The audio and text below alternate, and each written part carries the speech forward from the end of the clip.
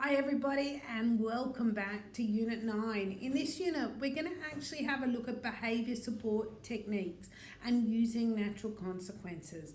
This is a big unit and it's got some controversial ideas in it, so have a think about it and listen carefully to what I say and it will all make sense, I promise you. The most important thing that your employer has as a task, as their role, is to ensure your safety. It's to ensure the safety of their employees. This, however, is really up to you. I'm really big on ensuring that whenever there are critical incidents, it's the worker's job to make sure that they're safe. It's not the client, it's not the young person, it's you as the worker's role to make sure that you're safe. And there's a number of ways that you can do this. You keep your distance. The closer you get, the more chances you're going to get hurt. So you keep your distance. Make sure you're not in arm's reach. Make sure that there aren't things around that are actually going to hurt you. Another thing that you can do is you can make sure that you remove spectators. Have a think about this. When I was at school and somebody yelled fight, everybody ran to where they thought the fight was. Now that didn't stop the fight. Instead, it actually encouraged the fight to get even bigger and grander. When you have spectators there, you're forcing the young person or the client to save face, and they will not back down or quieten or settle if they feel they have an audience, particularly of peers, that they need to demonstrate that toughness to. So get rid of the spectators.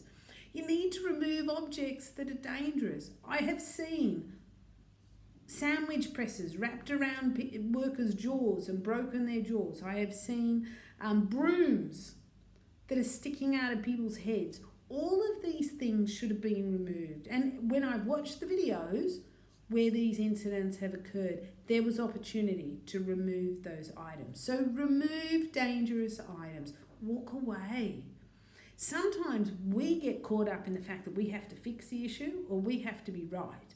And sometimes you just need to walk away. If the young person or your client makes a mess of the office or the house or whatever, it's only stuff. It's not that important. Walk away and come back later if necessary.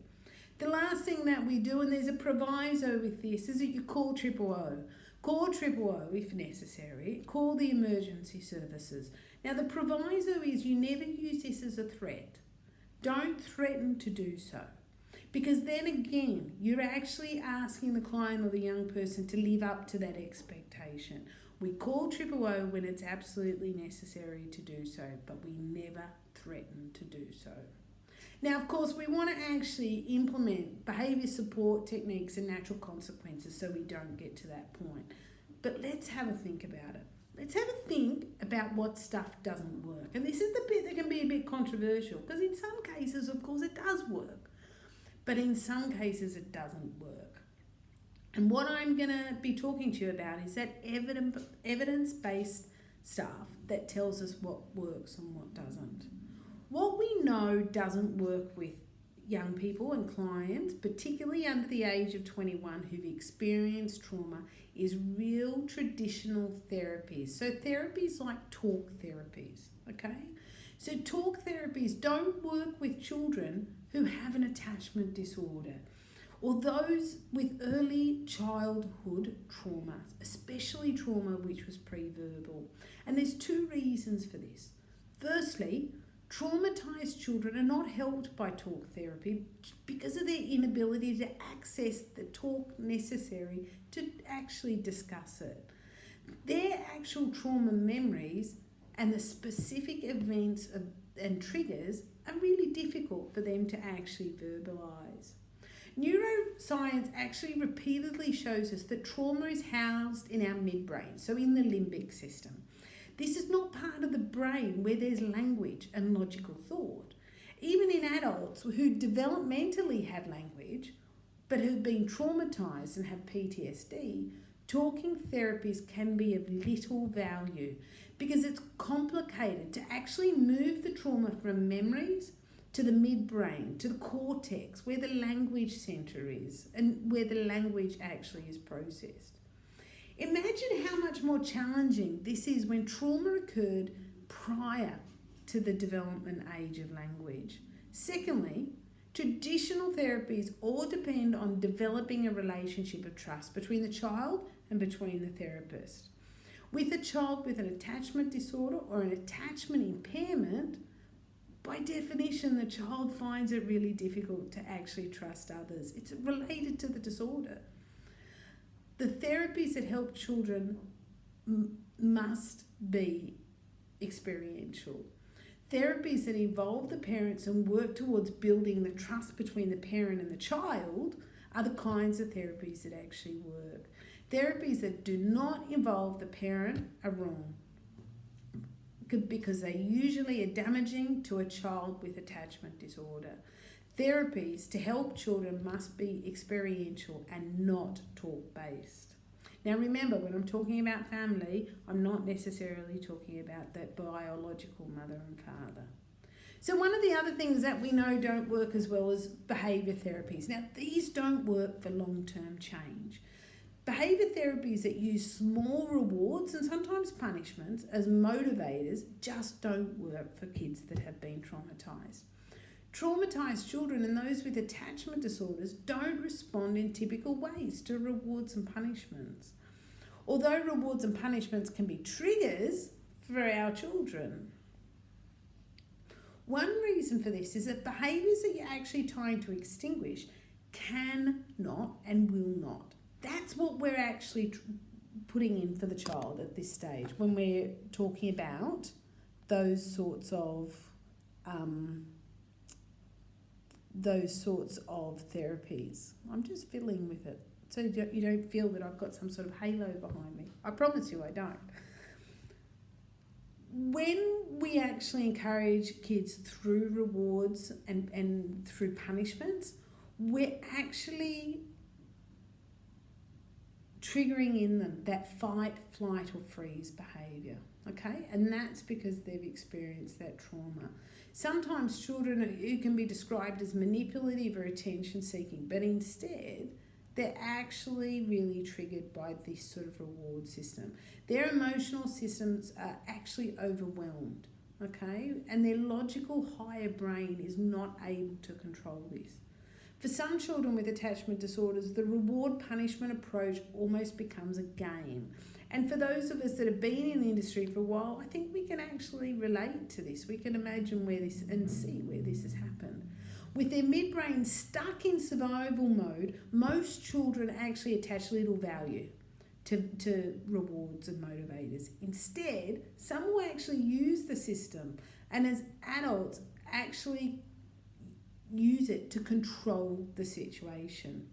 Children from highly deprived backgrounds will see little intrinsic value in possessions and focusing on material rewards or the loss of those material rewards is often futile and counterproductive. Many parents and teachers and therapists try these traditional behaviour modification programs on children with attachment and with trauma problems, but they do so with little or no avail. In some cases, emphasising rewards and punishment can actually increase the child's anxiety and trauma responses, making these approaches actually harmful. Okay? So we know, however, even though these sorts of therapies don't work, that doing nothing doesn't work either. Doing nothing and waiting for them to outgrow it is just not going to work.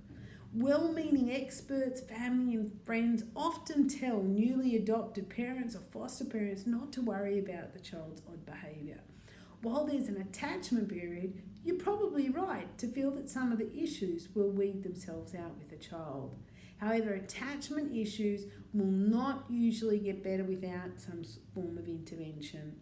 Children who withdraw and exhibit troubling behaviours will only worsen if this is left untreated.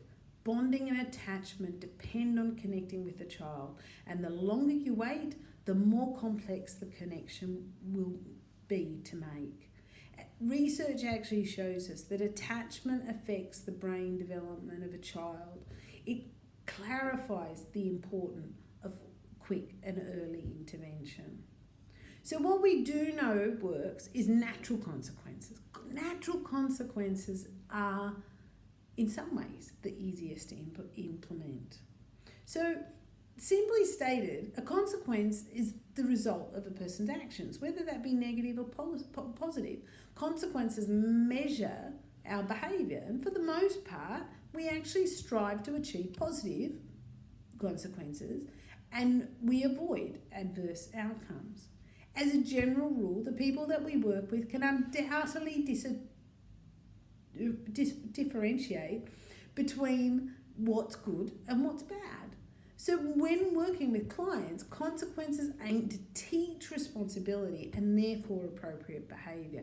This is where we get long-term lasting change. So there's two types of consequences. There's natural and there's logical. Natural consequences are the ones that we're addressing now and happen due to the behaviour, and it's not planned or controlled. Without parental or adult behaviour, nature or society or some other person actually imposes natural consequences. Logical consequences don't actually occur naturally as a result of behaviour. They're determined and they're delivered. So that's your groundings and those sorts of things. We often tend to worry that our children's ability to cope with natural negative consequences is not there. In fact, we actually try to be helpful and involved, and we can sometimes act to minimise natural consequences so that children and our clients can avoid subsequent discomfort, pain, and the shame of their actions. And look, this makes sense. Often the clients and the young people that we work with have had, through no fault of their own, a hard time, and we want to minimise what else they have to go through. But when we do this, we send adverse messages. So some of the messages that we might send are that you're particular, standard rules don't apply to you. Or we might actually be saying, you know what, you're actually weak and you're incapable of dealing with this, so I'll fix it for you.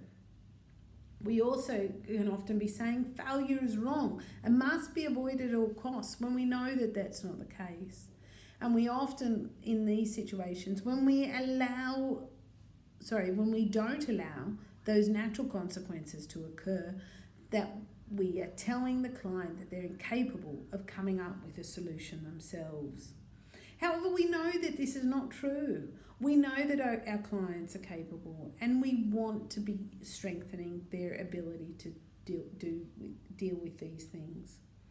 So first of all, we must reframe the way that society looks at mistakes and failure. If your client chooses not to go to work and as a result is unable to pay or to progress to the next stage, they must face the natural consequences of their actions.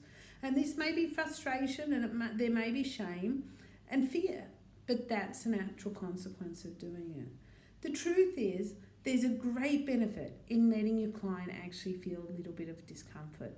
Moreover, discomfort can mean fear, anger, anxiety, and loneliness. And in other words, these are all natural consequences of your client's actions. In this discomfort, you can guide them towards a self-reflection about their part in the situation, their priorities in their life, and how they might want to behave differently next time. As your client faces natural consequences, they're learning critical coping skills. They build up a tolerance for discomfort, which is integral to life. When we're clear on the expectations that we have for our clients, the natural consequences of their actions are also clear. So a natural consequence is anything that happens naturally with no adult interference. When you stand in the rain, you get wet. When you don't eat breakfast, you get hungry. When you forget your coat, you get cold. No piggybacking necessary. It's not necessary for us as adults or us as the workers to say, I told you so, or to rub it in, or to add to that shame or pain. There's a natural consequence to the young person or client. Children usually do feel guilty when they make a mistake. Piggybacking lessens the learning that can occur from the experience of a natural consequence because the child stops processing the experience and actually focuses on absorbing or defending against the blame, shame, and pain. Instead of piggybacking on the natural consequence, Actually show some empathy and understanding for what the client or child has experienced. Say things like, I bet it was hard for you to go hungry, to get wet, or to get that bad grade, or to lose your bike. You could also add you're really important and I have faith in your ability to actually deal with this situation. It can be really difficult to actually allow this to happen, and we want to be overprotective and we want to actually often rescue. However, it's one of the most encouraging things that you can do to help your clients have a sense of capability. Let's look at an example of how natural consequences work. So this is a really interesting one which I can relate to. I actually, when I was a kid at school, used to have to take a Vegemite and cheese sandwich to lunch. Now, this is a few years ago. So then when we took our lunch to school, it sat in our bag, wrapped in plastic. And I grew up in Canberra, and in summer it was hot. So by about lunchtime, by about 1 o'clock, I was eating a Vegemite and cheese sandwich that had sat in the bottom of my bag outside for 6 hours, 5 or 6 hours, and it was bloody awful. I mean, it's the only way to describe it. So one day I actually forgot. I forgot my sandwich. And that was okay because the teacher felt really sorry for me. So she wrote me a note, and I got a voucher to actually go to the canteen. Now at the canteen, I could have a pie. And you know what? Pies, when you're 5, taste a lot better than a Vegemite and cheese sandwich that's been sitting in your bag for the day. A lot better. So I quickly made the connection between forgetting my lunch and having a pie. Of course I preferred the pie. That was much easier. Now what this did, or what actually it didn't do, was it didn't allow me to actually reap the natural consequences of me forgetting my lunch. Now, it's pretty simple. I wasn't going to starve. I was going to be home by 1:30. I could have had something to eat then. I could have even asked the student next to me if they'd share my lunch. What the teacher did was actually take away my capacity to deal with the situation, and instead actually gave me a reward. Now, I have to add that at the end of the term, when my parents got the bill for all those pies that I ate from the canteen, I did reap some quite logical consequences and started to take my lunch. So anyway, even though natural consequences can help children learn responsibility, there's sometimes we don't use natural consequences. So we don't allow children to reap the natural consequences of playing on the road, for example. We don't let them when it's putting them in danger. Natural consequences are not appropriate when it interferes with the rights of others, and adults cannot allow natural consequences of allowing a child to actually infringe on the rights of others. So, for example, for hurting another child, those sorts of things. The other example of where it's not appropriate to use natural consequences is when there's a detriment to the child's health and safety. So, for example, if it doesn't seem like a problem for the child not to take a bath or to brush their teeth or eat lots of junk food, there is a stage when as adults we need to step in. So this has been a big unit. I hope that you enjoy it. Enjoy the readings, and remember, do the exercises, and I'll see you in the next unit. Bye.